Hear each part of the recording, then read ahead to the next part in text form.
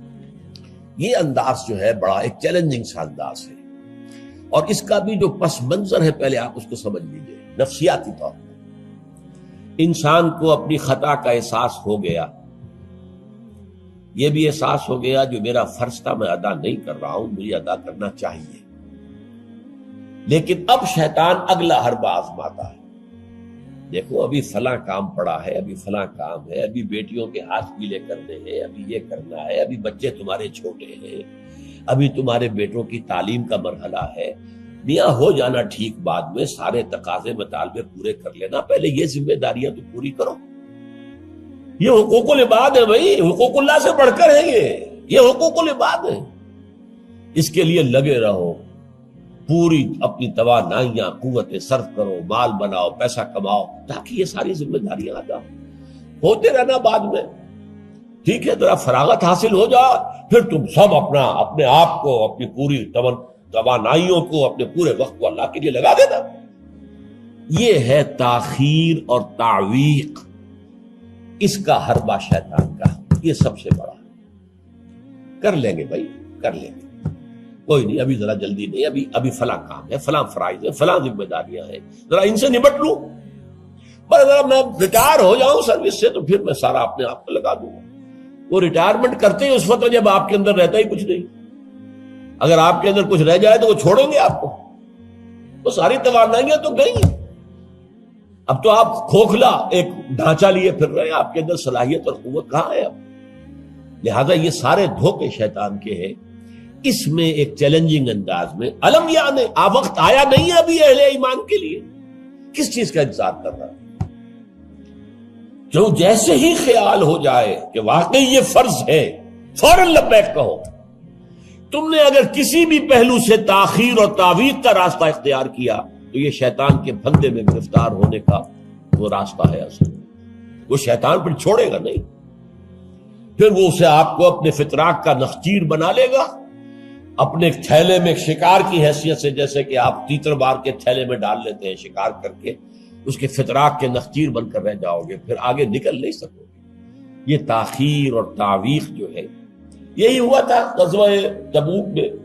حضرت کعب ابن مالک رضی اللہ تعالیٰ عنہ نے، وہ بھی ان 3 صحابہ میں سے تھے جو سچے صادق الایمان صحابہ تھے، لیکن غزوہ تبوک میں نہیں گئے۔ حضور نے واپس آ کے جو لوگ نہیں گئے تھے ان سے جواب طلبی کی، لہذا منافقین تو آئے، اللہ کی قسم ہے، خدا کی قسم ہے، یا رسول اللہ میں اللہ کو گواہ کر کے کہتا ہوں یہ تھا، یہ تھا، یہ تھا، یہ سبب تھا، میں نہیں جا سکتا۔ حضور فرماتے تھے مسکراتے، اچھا جائیے تشریف لے جائیے، کوئی پکڑ نہیں۔ یہ آئے جب کعب ابن مالک تو حضور کے چہرے پر مسکراہٹ تھی، تنزیہ مسکراہٹ۔ آپ فرمائیے آپ کیوں نہیں گئے تھے ہمارے ساتھ؟ عرض کیا حضور میرے پاس بھی زبان ہے، میں بھی جھوٹ بول سکتا ہوں، لیکن آج میں جھوٹ بول کر آپ کی گرفت سے، آپ کی سرزنش سے اپنے آپ کو بچا لوں گا، لیکن قیامت میں کیا کروں؟ خدا کی قسم جتنا صحت مند میں اس زمانے میں تھا اتنا صحت مند کبھی نہیں رہا، یعنی کوئی بیماری مجھے آج نہیں لاحق نہیں تھی، اور جتنا فارغ البال میں اس زمانے میں تھا، ہر چیز میرے پاس تھی، اتنا فارغ البال میں کبھی نہیں رہا۔ لیکن حضور میرے نفس نے مجھے پٹی پڑھائی کہ حضور تو جائیں گے نا 30,000 کا لشکر لے کر، اس کی تو ایک خاص رفتار ہوتی ہے، تیز رفتاری سے تو نہیں جا سکتا، اور تمہارے پاس ہے بڑی مضبوط تکڑی اونٹنی ہے، تمہارے جو ناقہ ہے تمہاری وہ تو بہت جو ہے قوت والی ہے، لہذا ابھی 2-3 دن چلنے دو لشکر کو، پھر تیزی کے ساتھ دوڑا کر اپنی اونٹنی کو جا کے مل جائے۔ ہر روز صبح مجھے یہی نفس جو ہے پٹی پڑھاتا رہا کہ اچانک ایک دن میں نے محسوس کیا کہ اب تو چاہے میں کتنا ہی تیز دوڑ لوں آپ کے ساتھ نہیں مل سکتا، بس میں رہ گیا بیٹھ، اب جو صدا دوں۔ یہ ہے تاخیر و تعویق۔ انہیں سزا دی گئی، مقاطعہ، کوئی شخص اس سے بات نہ کرے۔ 3 صحابہ کا معاملہ ہے، یہ سورہ توبہ کے اندر تفصیل سے آیا ہے۔ اور صحیح بخاری کی طویل ترین احادیث میں سے پڑھنے کے قابل ہے کہ انہوں نے کیسے بیان کیا اپنے پورے معاملے کو، یہ نفس کیسے دھوکہ دیتا ہے۔ ابھی چند دن اور مدینے کے اندر اپنے نخلستان کی ٹھنڈی چھاؤں کے اندر آرام کر لو، چند دن اور، بھائی جانا ہے، بہت دور جانا ہے، تبوک جانا ہے، کوئی یہ 2 دن میں تو نہیں پہنچ جائے گے حضور، پھر دوڑ کر پکڑ لینا، ساتھ چل مل جانا۔ یہ دھوکہ شیطان کا، یہ دھوکہ نفس کا، یہ ہے الم یأن للذین آمنوا ان تخشع قلوبہم لذکر اللہ وما نزل من الحق۔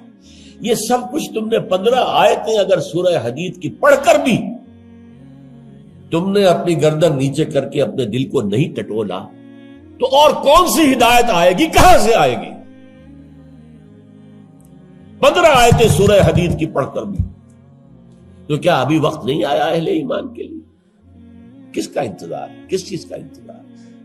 الم یعن للذین آمنوا ان تخشع قلوبہم لذکر اللہ وما نزل من الحق۔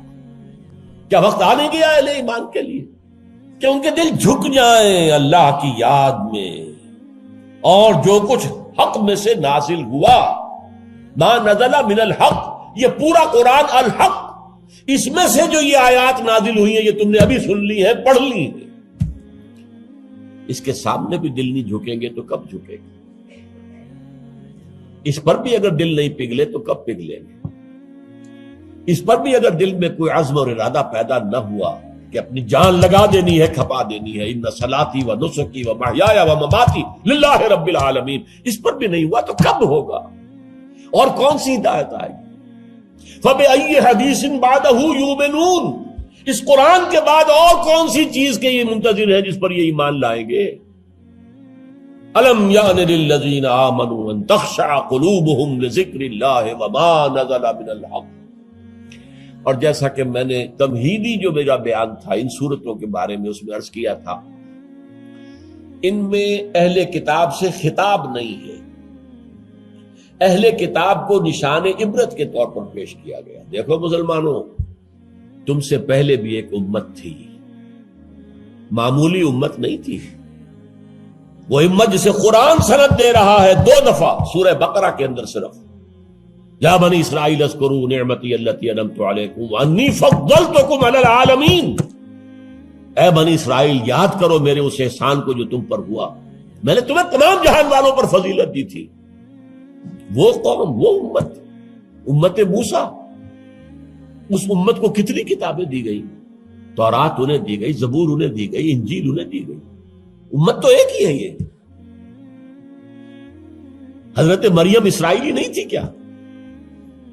تو چاہے باپ حضرت عیسیٰ کا کوئی نہیں ہے لیکن وہ حضرت مریم کے بیٹے ہیں، اسرائیلی، یہ اسرائیلی نبوت ہے جو چلی آ رہی ہے، حضرت موسیٰ اور ہارون سے شروع ہوئی ہے 1400 برس قبل، اور حضرت عیسیٰ اور یحییٰ پر آ کر ختم ہوئی ہے۔ یہ سلسلہ نبوت کا، سینکڑوں نبی آ گئے 1400 برس میں، تو آپ اندازہ کیجئے اتنی بڑی امت، لیکن اس کا حال کیا ہوا؟ وَلَا يَكُونُوا، دیکھو نہ ہو جائیں یہ اہل ایمان بھی كَالَّذِينَ أُوتُوا الْكِتَابَ مِن قَبْلُ، ان لوگوں کے مانند جن کو کہ کتاب دی گئی تھی ان سے پہلے، فَطَالَ عَلَيْهِمُ الْأَمَدُ، تو جب ان پر ایک طویل مدت گزر گئی، فَقَسَتْ قُلُوبُهُمْ، تو ان کے دل سخت ہو گئے۔ اس کا نقشہ کھینچا گیا ہے سورہ بقرہ میں، ثم قست قلوبکم فہی کالحجارۃ او اشد قسوہ، دیکھو اے بنی اسرائیل، اے یہودیوں، اس کے بعد تمہارے دل سخت ہوتے چلے گئے، بدکاری سے، غلط کاری سے، دنیا پرستی سے، شہوت رانی سے، زر پرستی سے دل سخت ہوتے چلے جاتے۔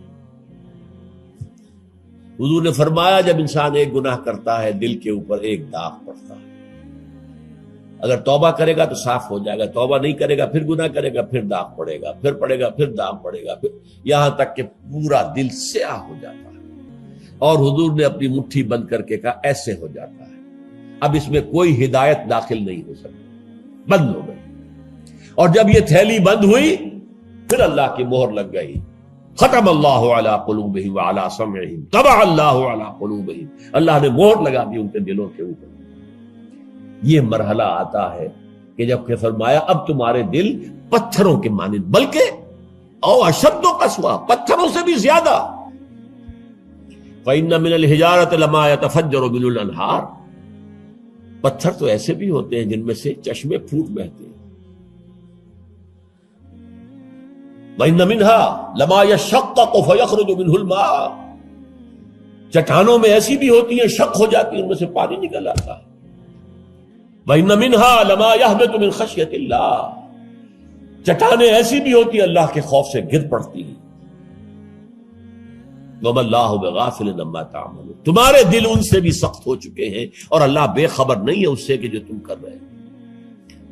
آج اس امت پر بھی تو 1400 برس گزر گئے،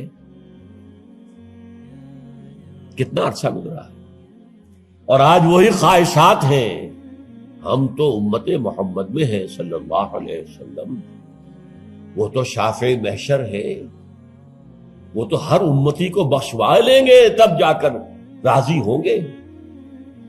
اللہ راضی کرے گا انہیں، وہ راضی اسی وقت ہوں گے جب ہر امتی کو بخشوا لیں گے. سیاں بے کوتوال، اب ڈر کاہے کا؟ جب ہمارے سیاں ہمارے شوہر کہہ لے کوتوال بن گئے تو مجھے کس کا ڈر ہے؟ کوتوال ہی کا ڈر ہوتا ہے نا کہ وہ پکڑے گا. سیاں بے کوتوال، اب ڈر کاہے کا؟ یہ ہے وہ چیز، امانی، دل کا امانی ہو. سیغفر لنا، ہمیں تو بخش دیا جائے گا، ہماری تو شفاعت ہو جائے گی. بھائی کچھ بھی ہے، ہم کلمہ گو تو ہیں، کچھ بھی ہے، محمد کے نام لیوا تو ہیں صلی اللہ علیہ وسلم. لیکن یہ قرآن مجید میں یہی ان کا قول نقل کیا گیا تھا. یہود نے کہا تھا نحن ابناء اللہ واحباؤہ، ہم تو اللہ کے بیٹوں کے مانند ہیں، اس میں بڑے چہیتے ہیں. تو اللہ نے کیا جواب دیا؟ فلما يعذبكم بذنوبكم، پھر اللہ تمہیں سزائیں کیوں دیتا رہا ہے؟ یہ نبوکدنضر کے ہاتھوں تمہیں کیوں پٹوایا؟ ہیکل سلیمانی کیوں برباد کروایا؟ یہ تم 100 برس تک اسیری میں رہے، بیبیلونیا میں، بابل میں، عراق میں، کیوں؟ تمہارا دوسرا جو تھا ہیکل بنایا تم نے، وہ بھی سن 70 میں گروا دیا ٹائٹس کے ہاتھوں.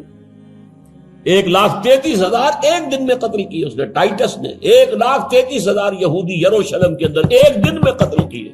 اندازہ کیے. پچھلی صدی میں 60 لاکھ یہودی جرمنوں نے ختم کیے. 6 ملین. اور ان کو اب بھی یہی کر رہا ہے، we are the chosen people of the lord, ہم تو اللہ کے پسندیدہ بندے ہیں. یہی حال اس امت کا ہے. ہسپانیہ سے ایسے نکالے گئے کہ ایک بچہ تک نہیں بچا. تاتاریوں کے ہاتھوں کروڑ قتل ہوئے. یہ سب کچھ تمہارے ساتھ ہوا کہ نہیں؟ کروسیڈرز کے ہاتھوں تمہاری پٹائی کم ہوئی تھی؟ 88 برس تک بیت المقدس عیسائیوں کے قبضے میں رہا تھا کہ نہیں؟ تو غور کیجئے، دلوں کو نرم کیجئے، اور دلوں کو نرم کرنے کا ذریعہ بھی قرآن ہے. یا ایھا الناس قد جاءتکم موعظۃ من ربکم. موعظہ، واعظ کہتے ہیں اس کو جو دل کو نرم کرے، اس میں رقت پیدا کرتے. رقیق کہتے ہیں پتلی شے کو، رقیق مادہ، رقیق مادہ. دل سخت ہو جائے اسے نرم کرنے کی ضرورت ہے. اس کے لیے واعظ بھی سب سے بڑا قرآن.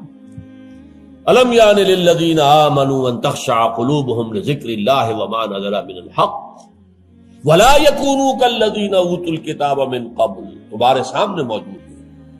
فطال علیہم الامد، پھر ان پر ایک مدت جب گزر گئی، فقست قلوبهم، تو ان کے دل سخت ہو. البتہ یہاں ایک واقعہ میں اور عرض کر دوں. ایک دل کی سختی وہ تھی جو یہودیوں کی ہو گئی تھی، یا ہم میں سے بھی بہت سو کی ہو چکی ہے. لیکن ایک اور دل کی سختی بھی ہوتی ہے، وہ اپنے احساس کی شدت کی بنا پر. یہ معاملہ حضرت ابوبکر کے ساتھ پیش آیا رضی اللہ تعالی. ان کے عہد خلافت میں ایک وفد آیا باہر سے. انہیں جب قرآن کی آیات سنائی گئی تو ان کی آنکھوں سے آنسو بہنے لگے. حضرت ابوبکر نے فرمایا ہاکذا کنا حتی قست القلوب. ایسے ہی ہم بھی ہوتے تھے، قرآن سنتے ہی، قرآن پڑھتے ہوئے ہمارے آنکھوں سے آنسو جاری ہو جایا کرتے، یہاں تک کہ ہمارے دل سخت ہو گئے، معاذ اللہ معاذ اللہ۔ یہ شدت احساس ہے۔ یقیناً یہ ہوتا ہے جب آدمی عادی ہو جاتا ہے تو وہ کیفیت نہیں رہتی۔ میں نے اللہ کے فضل و کرم سے 6 حج کیے، لیکن جو کیفیت پہلے حج کی تھی وہ پھر کبھی نصیب نہیں ہوئی۔ ویسے بھی یہ تھا کہ اس وقت تک ابھی اتنا ہجوم نہیں تھا، سن 62، اب آج سمجھیے 42 برس گزر چکے، تو اس وقت کا اور تھا معاملہ۔ اب جو ہے وہ ہجوم جو ہے وہ اس میں کبھی انسان کو وہ اپنے اندر جھانکنے کا، کہیں تنہائی میں بیٹھ کر یاد کرنے کا موقع نہیں ملتا، لیکن وہ تھا۔ لیکن ویسے بھی بات یہ ہے کہ ایک آدمی، اب جو لوگ وہاں رہتے ہیں، مکے میں رہنے والے، ان میں سے اکثر کو ہم دیکھتے ہیں وہ خانہ کعبہ کا، اس اصل چوکور گھر کا بھی کوئی ادب نہیں کرتے، وہ تو ہر وقت ان کی نگاہوں کے سامنے عادی ہو گئے۔ تو ایک شکل یہ ہوتی ہے کہ جو ایک تعامل کثرت کے ساتھ جب ایک بات ہو رہی ہو تو پھر اس کی وہ تاثیر نہیں رہتی۔ تو فرمایا فقست قلوب، حضرت ابو بکر کا بھی وہ احساس کی شدت جو تھی، جیسے حضور نے فرمایا انہ لیغان علی قلبی، میرے دل پر بھی کبھی کبھی حجاب سا طاری ہو جاتا ہے، معاذ اللہ۔ کیسا حجاب؟ اب اس حجاب کے لفظ سے دھوکہ نہ کھا جائیے کہیں، ایک حجاب میرا اور آپ کا ہے، ایک حجاب محمد رسول اللہ صلی اللہ علیہ وسلم، کہ وہ جو اللہ کی طرف توجہ کی انٹینسٹی ہے، انٹینسٹی اس میں تھوڑی سی کمی بھی ہو گئی تو اسے آپ حجاب سے تعبیر کریں۔ ہمیں تو وہ کیفیت ہی میسر نہیں ہو سکتی، لیکن اس انٹینسٹی کے اندر، یہ لفظ انٹینسٹی انگریزی کا بار بار بول رہا ہوں، اس کی شدت، لیکن شدت کے لفظ کے اندر جو ہے وہ اتنا مفہوم نہیں آتا جتنا انٹینسٹی کے لفظ میں۔ وہ انٹینسٹی جو ہے اس میں ذرا سی کمی ہوئی، حضور پریشان ہو گئے۔ وَإِنَّهُ لَيُغَانُ عَلَىٰ قَلْبِي وَإِنِّي لَأَسْتَغْفِرُ اللَّهَ 70 مرة فِي كُلِّ يَوْمٍ، اور ہر روز میں 70 مرتبہ استغفار کرتا ہوں اللہ کے نام۔ تو کیا آپ گناہ کرتے تھے؟ معاذ اللہ۔ یہ ذرا سی اس توجہ کی شدت میں، انٹینسٹی میں ذرا سی کمی ہوئی، اسے بھی آپ حجاب سے تعبیر کریں۔ تو یہی ہے مفہوم حضرت ابو بکر کے اس قول کا۔ لیکن ایک ہے قساوت قلبی، معصیت کی وجہ سے، دنیا پرستی کی وجہ سے، نفس پرستی کی وجہ سے، زر پرستی کی وجہ سے، شہرت پرستی کی وجہ سے، اقتدار پرستی کی وجہ سے، یہ پرستشیں جو ہے یہ جو دل کو سخت کرتی ہیں تو وہ پتھر اور چٹان سے زیادہ سخت ہو جاتا ہے۔ ثم قست قلوبکم فہی کالحجارۃ او اشد قسوۃ وان من الحجارۃ لما يتفجر منه الانہار وان منها لما يشقق فيخرج منه الماء وان منها لما يهبط من خشیۃ اللہ وما اللہ غافل عما تعملون وکثیر منهم فاسقون۔ اب ان میں سے اکثریت جو ہے وہ فاسقوں اور فاجروں پر مشتمل ہے۔ کیا یہی کیفیت آج کی مسلمان امت کی نہیں ہے؟ کیا عظیم اکثریت فساق و فجار پر مشتمل نہیں؟ کیا عظیم اکثریت حرام خور نہیں ہے؟ کیا عظیم اکثریت جھوٹی نہیں ہے؟ نفاق کی تینوں علامتیں، اذا حدث کذب وَإِذَا وَعَدَ أَخْلَفَ وَإِذَا خَانَ۔ حضور نے فرمایا منافق کی 3 نشانیاں ہیں، جب بولے جھوٹ بولے، وعدہ کرے خلاف ورزی کرے، امین بنایا جائے، امانت رکھوائی جائے، خیانت کرے۔ یہ الفاظ ہیں بخاری شریف کے بھی اور مسلم شریف کے بھی، اور مسلم شریف میں اضافی الفاظ ہیں وَلَوْ صَامَ وَصَلَّى وَزَعَمَ أَنَّهُ مُسْلِمٌ۔ خواہ ایسا شخص روزہ رکھتا ہو، نماز پڑھتا ہو، اپنے آپ کو مسلمان سمجھتا ہو، لیکن منافق ہے۔ یہی جو میں نے شروع میں آج بات کہی تھی، ایک نفاق ہے شعوری، ایک غیر شعوری۔ وہ منافق سمجھتے تھے ہم عقل مند ہیں، یہ بے وقوف ہے۔ وَإِذَا قِيلَ لَهُمْ آمِنُوا كَمَا آمَنَ النَّاسُ قَالُوا أَنُؤْمِنُ كَمَا آمَنَ السُّفَهَاءُ۔ جب ان سے کہا جاتا بھلے لوگوں جیسے اور لوگ ایمان لائے ویسے ایمان لاؤ، جیسے وہ اللہ کی پکار پر لبیک کہنے کو ہر وقت تیار رہتے ہیں۔ کہتے ہیں ہم ان بیوقوفوں کی طرح ایمان لائیں؟ یہ تو پاگل ہے، بیوقوف ہے، فینیٹکس ہے، فنڈامنٹلسٹ ہے، ایکسٹریمسٹ ہے۔ ہم تو ماڈریٹ اور بڑا روشن خیال اسلام جو ہے اس کے قائل ہیں۔ جب ان سے کہتا تھا فساد مت مچاؤ، کہتے تھے ہم تو مسلح ہیں بھائی، ہم تو چاہتے ہیں صلح۔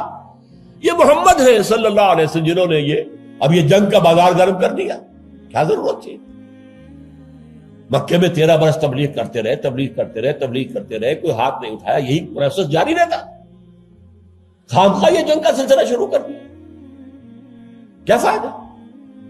یہ بھی کہا جا سکتا ہے جس دشمن کو گڑ دے کر مارا جا سکتا ہے اسے زہر کا کو دینا ہے؟ بھائی تمہاری تعلیم اتنی اعلیٰ ہے، اتنی عمدہ ہے، فطرت کے مطابق ہے، پھیلاؤ۔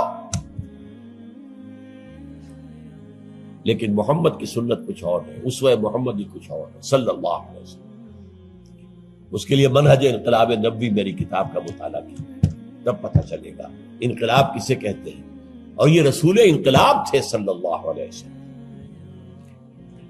بہرحال کثیر منہم فاسقون، جو بات کہی گئی ان اہل کتاب کے لیے اس وقت، آج وہ ہم پر راست آ رہی ہے۔ اللہ تعالی ہمیں اس سے نکلنے، توبہ کرنے، اللہ کی جناب میں سر جھکانے، اللہ کی کتاب کے سامنے سر جھکانے کی اللہ تعالی ہمیں توفیق۔ میں مدینے چلا، میں مدینے چلا، میں مدینے چلا، میں مدینے چلا، میں مدینے چلا، میں مدینے چلا، میں مدینے چلا، میں مدینے چلا، پھر کرم ہو گیا، میں مدینے چلا، پھر کرم ہو گیا، میں مدینے چلا۔